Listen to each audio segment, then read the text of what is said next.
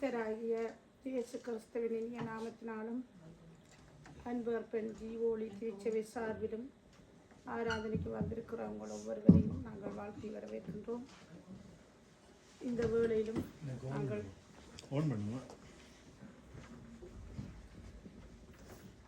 வேளையிலும் நாங்கள் எல்லோரும் இந்த ஆராதனைக்கு முன்பதாக ஆண்டவரிடம் நாங்கள் மனம் திரும்பி ஜெபித்து, தேவன் சொல்லுகிறார் எபிரேயர் 12:14 பரிசுத்தம் இல்லாமல் ஒருவனும் கர்த்தரை தரிசிப்பதில்லை என்று எபிரேயர் 12:14 சொல்லியிருக்கிறது. ஆகவே நாங்கள் தேவனை தொழுது கொள்ளும் முன்பாக எங்களை பரிசுத்தப்படுத்தும்படியாக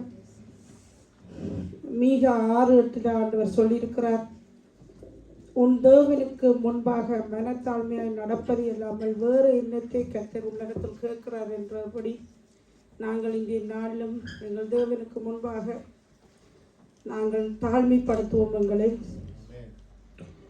அது மாத்திரமில்லாமல் நாங்கள் மனம் திரும்பி ஜெபித்து நாங்கள் தேவனுடைய இரக்கத்தை பெற்றுக்கொண்டு நாங்கள் இந்த ஆராதனைக்குள்ளாய் கடந்து செல்வோமாக.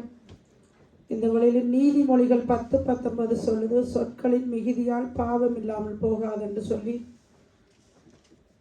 சங்கீதம் 66:18 சொல்லுது, என் இருதயத்தில் அக்கிரம சிந்தை கொண்டிருந்தேனால் ஆண்டவர் எனக்கு செவி கொடுக்க மாட்டார் என்று. ஆகையினால நீதிமொழிகள் 10:19 படியும் நாங்கள் வாயினால் பேசிய வார்த்தைகளில் இருந்து எங்களை அறியாமலே நாங்கள் ஒருவேளை இந்த வாயின் வார்த்தையால் நாங்கள் மற்றவர்களை நோகப்படுத்தியிருப்போம். ஒருவேளை எங்களை அறியாமலே எங்களுடைய இருதயத்தில் அக்கிரம சிந்தை கொண்டிருப்போம்.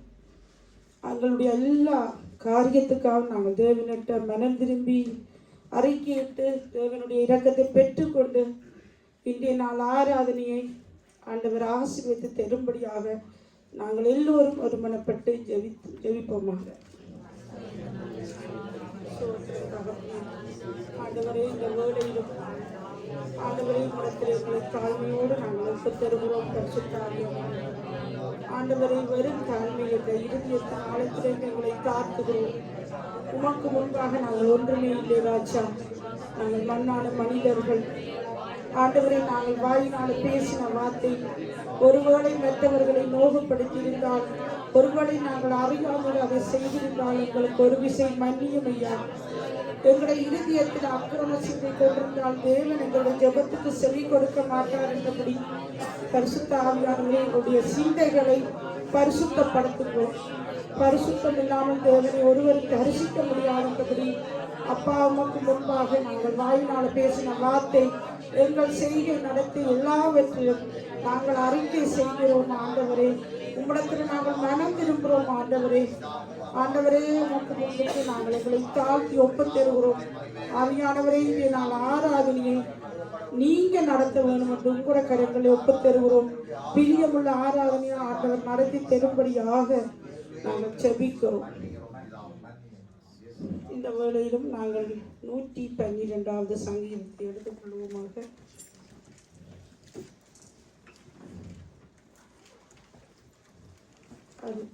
அல்லேலூயா.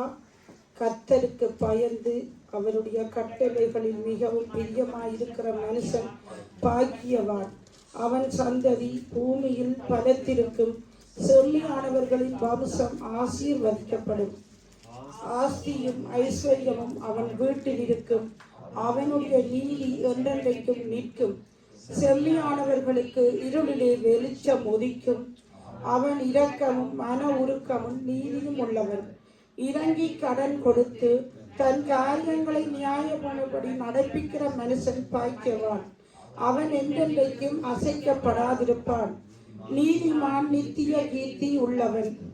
துர் செய்தியை கேட்கிறதுனால் பயப்படான். அவன் இருதயம் கர்த்தரை நம்பி திடனாயிருக்கும். அவன் இருதயம் உறுதியாயிருக்கும். அவன் தன் சத்துருக்களின் சரிக்கட்டுதலை காணும் மட்டும் பயப்படாதிருப்பான். வாரி இறைத்தான், ஏழைகளுக்கு கொடுத்தான். அவனுடைய நீதி என்றென்றைக்கு நிற்கும். அவன் கொம்பு மகிமையாய் உயர்த்தப்படும். துன்மார்க்கன் அதை கண்டு மனமடிவாகி தன் பற்களை கடிந்து கரைந்து போவான். துன்மார்க்கனுடைய ஆசி அழியும். நாங்கள் இந்த 112வது சங்கீதத்தில் கர்த்தருக்கு பயந்த மனுஷன் அவருடைய கட்டளைகளில் நடக்கிற மனுஷன் என்று சொல்லப்படுகிறது. நீதிமான் என்று சொன்னால் ஆண்டவருடைய இரத்தத்தினால கழுவப்பட்ட நாங்கள் ஒவ்வொருவரும் நீதிமானாக இருக்கிறபடினால் நீதிமான் எப்படி எப்படி இருப்பான் என்று இந்த சங்கீதத்தில் சொல்லப்படுகிறது. அவன் செய்தியை கேட்கிறதுனால் பயப்பட மாட்டான், என்றால் அவனுடைய இருதயம் தேவனை நம்பி இருக்கிறது என்றபடி நாங்கள் இந்த வேளையிலும் பரலோகத்தில் எங்கள் தேவன் வாசம் பண்ணுகிற தேவனாய் இருக்கிறார். பரலோகத்தில் வாசம் பண்ணுகிற எங்களை தேவனை நோக்கி தேவ தூதர்கள் ஆர்ப்பரித்து பாடுகிறது போல நாங்களும் இந்த வேளையில் இந்த பூலோகத்தில் இருக்கிற திருச்சபையில பரலோக தேவனை நோக்கி நாங்கள் இந்த பாடலை பாடி துதிப்போம். பரலோகமே உம்மை துதிப்பதா கர்த்தாவே அங்கே வாழ்கிறீர்.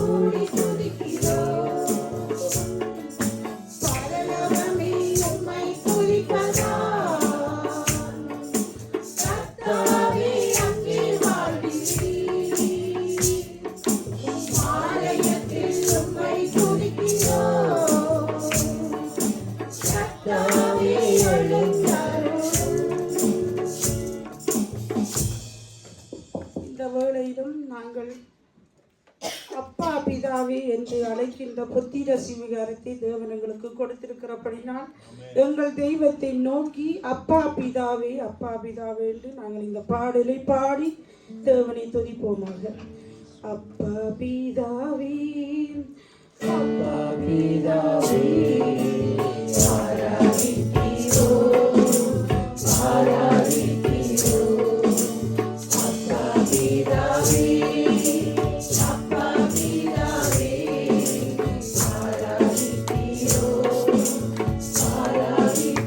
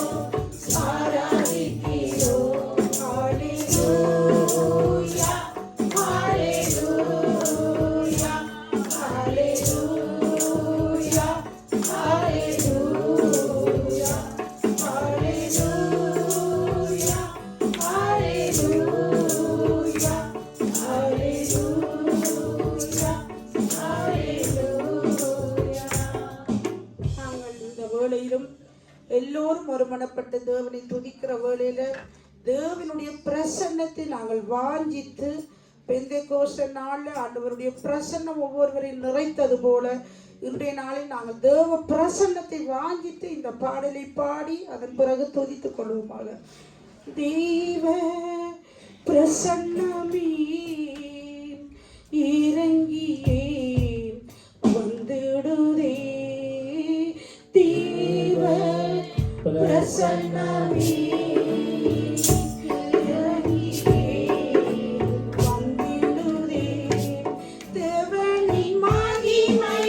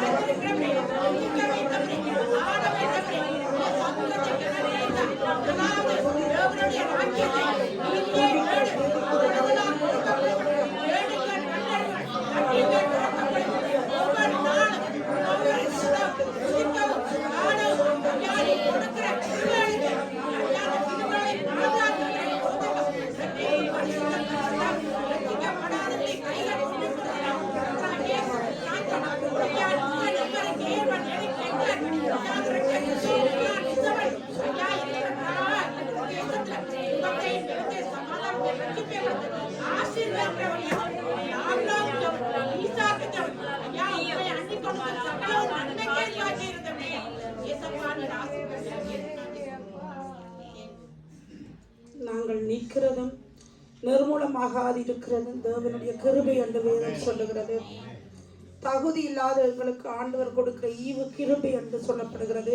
ஆகையினால அப்படிப்பட்ட தேவ கிருபை நாங்கள் நினைத்து இன்றைக்கு நாங்கள் நிலை நிற்கிறோம் என்று சொன்னால் அது எங்களுடைய பலத்தில் இல்லை, பராக்கிரமத்தில் இல்லை, எங்களுடைய ஞானம் ஒன்றுமே இல்லை.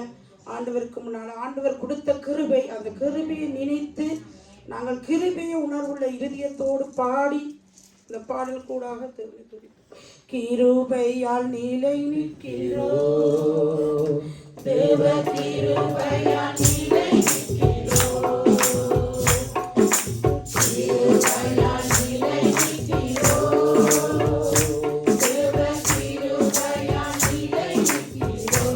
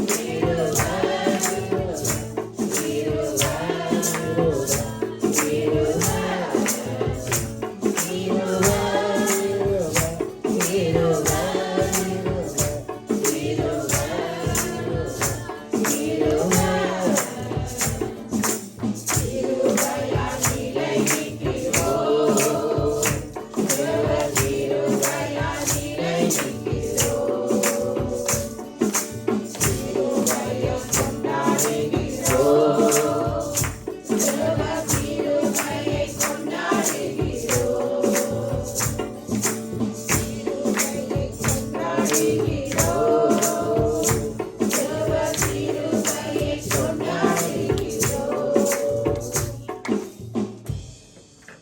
கிறிஸ்துவின் இரத்தம் சகல பாவங்களை நீக்கி நம்மை சுத்திகரிக்கும். அப்படிப்பட்ட இயேசு கிறிஸ்துவின் இரத்தத்துக்கு வல்லமை உண்டு. அது நோமலான வல்லமை இல்லை, அற்புதமான வல்லமை உண்டு. அந்த அற்புத வல்லமையை நினைத்து நாங்கள் இந்த பாடலை பாடுவோமாக. வல்லமை உண்டு உண்டு அற்புத வல்லமை இயேசுவே இரத்தத்தில் இரத்தத்தில்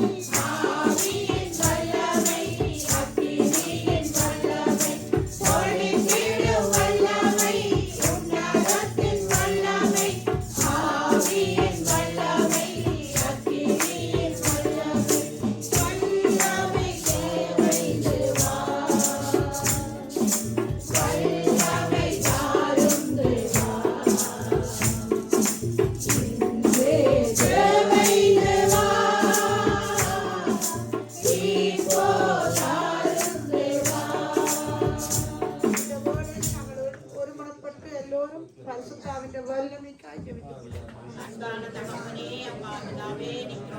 ஆண்டவரே தகப்பனே இரத்தத்தை காக்கிறவரே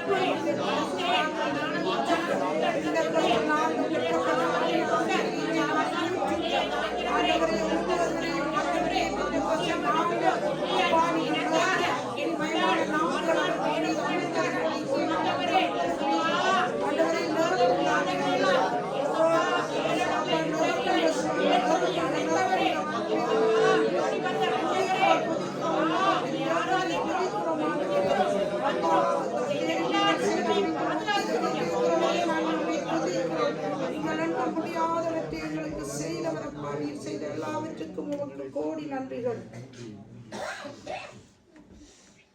ஆண்டவர் எங்களுக்காக இந்த பூமிக்கு வந்து நாங்கள் மரிக்க வேண்டிய இடத்துல அவர் தன்னுடைய ஜீவனை கொடுத்து அவர் எங்களுக்காக மரித்து எங்களுக்காக கல்வாரி சிலுவையிலே யாவற்றையும் செய்து முடித்திருக்கிறார். எங்களுடைய பாவங்கள் எல்லாவற்றையும் அக்கிரமங்கள் எல்லாவற்றையும் கல்வாரி சிலுவையிலே சுமந்து தீர்த்திருக்கிறபடினால் ஆண்டவர் செய்த இந்த நன்மையை நினைத்து நாங்கள் இந்த பாடலை பாடுவோமாக. எனக்காகவே யாவையும் செய்து முடித்தீர், நன்றி நன்றி ஐயா.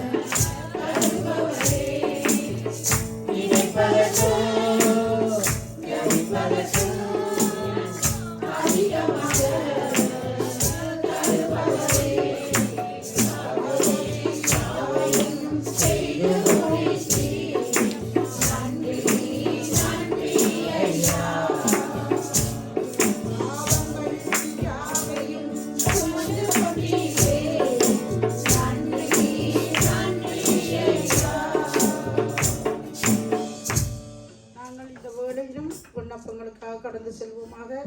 இந்த வேளையிலும் எங்களுடைய இலங்கை தேசத்துக்காக அண்டை நாடான இந்தியா தேசம், மலேசியா தேசம் எல்லாவற்றையும் எங்களுடைய பாதத்தில் ஒப்பு கொடுத்து நாங்கள் எல்லோரும் ஒருமனப்பட்டு ஜெபித்துக் கொள்வோம்.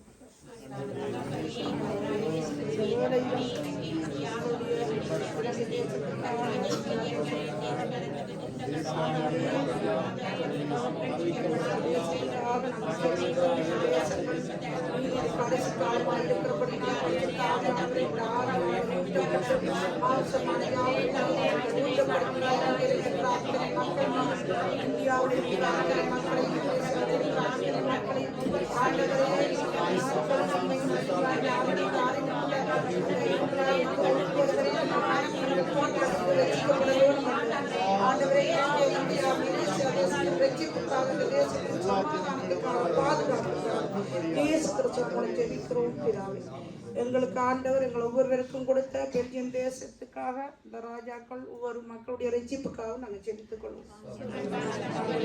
நாங்கள் கொடுத்திருக்கிற பெல்ஜியம் தேசத்துக்காக ஜெபிக்கிறோம். பெல்ஜியம் தேசத்துக்காக நாங்கள் சொல்கிறோம். பெல்ஜியம் தேசத்தை ஆளுகின்ற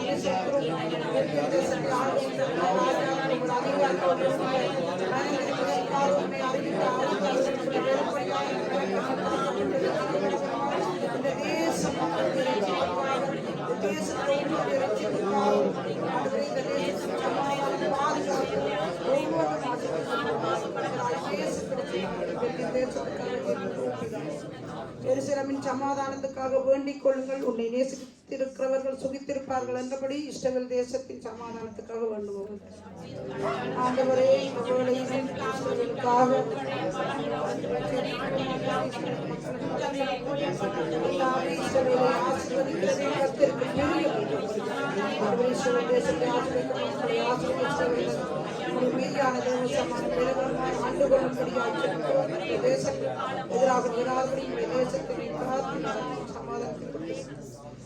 இந்த வேளையிலே நாங்கள் எல்லோரும் ஒருமனப்படுங்கள். நான் வார்த்தைக்காக ஜெபிக்கிறேன்.